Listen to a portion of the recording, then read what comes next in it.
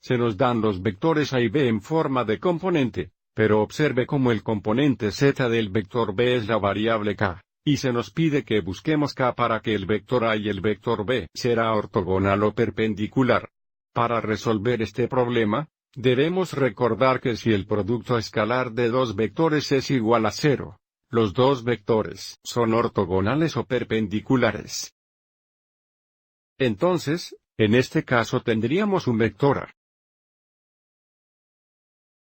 punteado con el vector B. Debe ser igual a 0. Esto nos dará una ecuación que luego podemos resolver para k.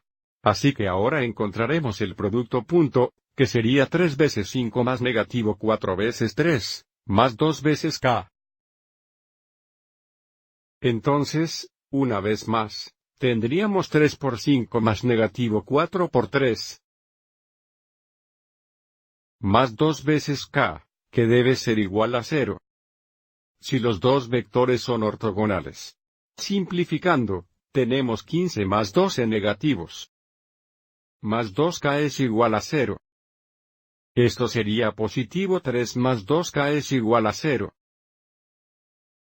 Ahora restando 3 en ambos lados tendríamos 2k es igual a 3 negativos. Dividir ambos lados entre 2 nos da k es igual a 3 mitades negativas.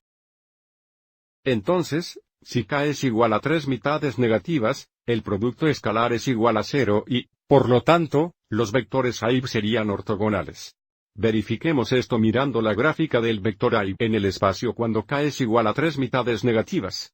Aquí están los dos vectores, y observe cómo en esta posición podemos ver que los dos vectores son ortogonales o perpendiculares porque el ángulo entre los dos vectores equivalen a 90 grados, o un pi sobre 2 radiancias. Pero observe que si mira esto desde un ángulo diferente, no es tan obvio.